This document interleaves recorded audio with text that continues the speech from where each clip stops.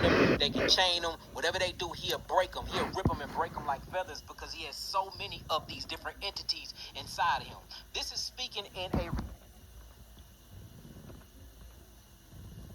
report for a religious, spiritual aspect. But I want to show y'all the physical stuff that come from this. And this is why this proved not be what I've been saying this whole time, that it starts off mentally first. Right. Because from his mental subduing, something took over him mentally. He had a physical impression of his body. It impacted him physically. Right. And we're going to see this. Come on.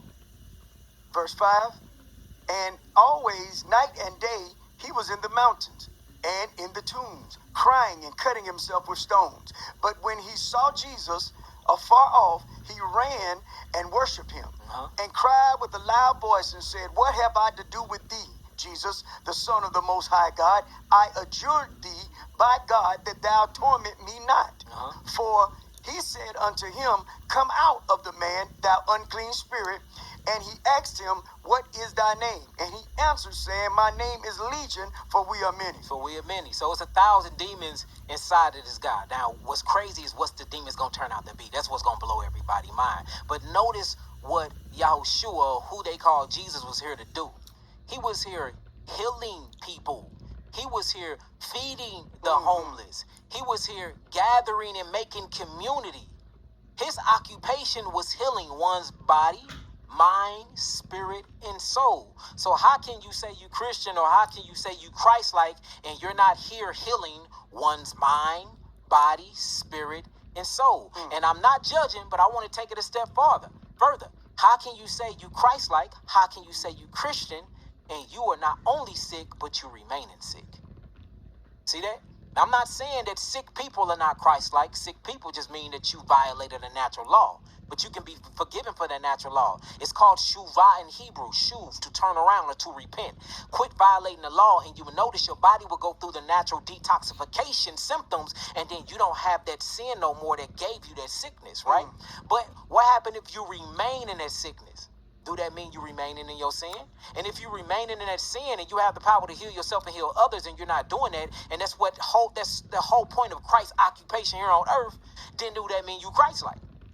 These are questions that I'm just asking myself, right? Now look, let's keep reading this though. Verse 10, and he besought him much that he would not send them away out the country. Now there was there nigh unto the mountains a great herd of swine feeding. So look, hold on. So we see he cast these demons out of this man. This man had over 1,000 demons in him, right?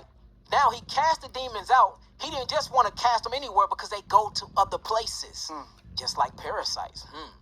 They need a host. So he said, okay, I know that these demons are going to need a host because they are entities that need a body to express themselves in. And that's why if you look at certain sicknesses on people or mental illnesses, I don't know what drives mental illness more than tapeworms. I do not know. Tapeworms and threadworms inside the digestional tract will cause you to have all type of psychosis, will cause you to have all type of mental breakdowns. You clean all the muconoid plaque out, you flush out the bowels, you get them some Cascar Sagrande, you get them some wild yam root, and then you flush them out with some fresh herbs and cloves. Next thing you know, all of them bowels come out, all of that mucus come out, and then they get their mind back. But then you look in the toilet bowl and you see what's in the toilet bowl. You see all these worms. You see pinworms, you see hookworms, you see fluke worms, you see thread worms, you see ascarids, you see Toxoplasma gondii. You see asparagus, which is a mold and yeast parasite. So you getting rid of these parasites, you got rid of what was messing with you mentally.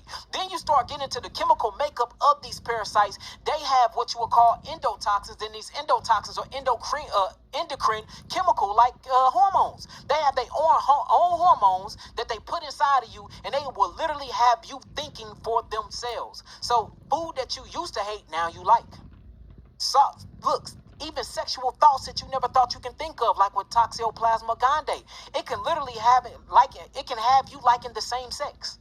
When you really start studying the physiology and anatomy and the chemical composition of these parasites, when they hijack you in your nervous system, there is something called a fungal parasite, right? It's a fungus parasite, and would you look it up for me, Nabi? It's a fungal parasite that take over a host, and it don't kill them. It do not kill the host. It just take over the host, and it love to do it to ants. And what it does is it literally hijacks them, and it sits on their nerve system. And once it sits on their nerve system, it become their nerve system. They see what it see. It hears what it hears. It feels what it feels. It eats what it eats. And it completely bypasses the consciousness of the ant or of the mammal that it attacks. And that's the whole. And then it literally lives through the avatar of the bee. It lives through the avatar of the ant. It lives through the avatar of the insect. The insect is not even on board anymore. Now the whole brain have been hijacked. Y'all don't think that's what's happening to us by these parasites? There you go. Man, this is called the zombie ant fungus. Look, let me pull this up on the computer. Let me pull this up on the computer, Nabi. Because look, they might think we lying. Look, check this out, y'all. Let me pull this